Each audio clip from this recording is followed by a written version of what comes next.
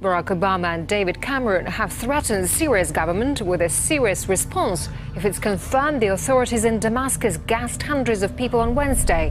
Meanwhile, Assad's administration has warned against a US-led intervention, saying the move would set the Middle East ablaze. Syrian state television is reporting that Syrian soldiers entered a number of tunnels that had been used by rebel fighters in Damascus, and there they found empty shells, the remnants of chemical agents. This comes as the United States starts moving its naval ships in the Mediterranean closer to the Syrian coast.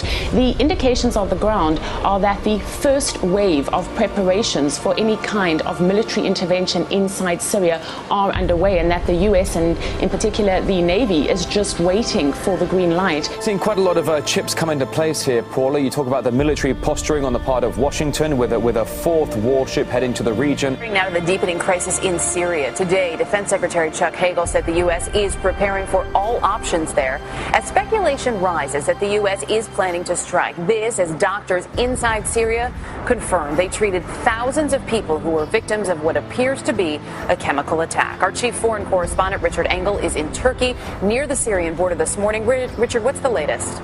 Over the last several days, they have received large shipments of weapons, tons of weapons going to the Syrian opposition, coming through Turkey, in fact, coming through this area. And they also say that they believe they have evidence that Bashar al-Assad personally ordered those alleged chemical attacks on the outskirts of Damascus. We're reporting from a region on the brink, and all eyes are on Syria, where an apparent chemical weapons attack could lead to American military action.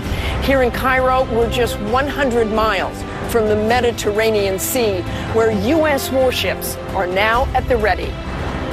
This morning, officials tell ABC News that U.S. Navy destroyers now in the Mediterranean could be used to carry out limited military strikes, cruise missile strikes. What a lot of analysts are already describing as the turning point in a regional conflict between Sunni-allied states and Shia-allied states. So it's a very dangerous situation that a military intervention could make much bigger and much, much worse. U.S. warships are moving off the coast of Syria, preparing for an attack. This is what is the reality, and this is what many of us had feared for many years now. This is bigger than just war with Syria. What we're talking about here is World War III. It's likely cruise missiles launched from those destroyers, targeting key Assad military command posts. Government officials telling us the case for military action is taking shape.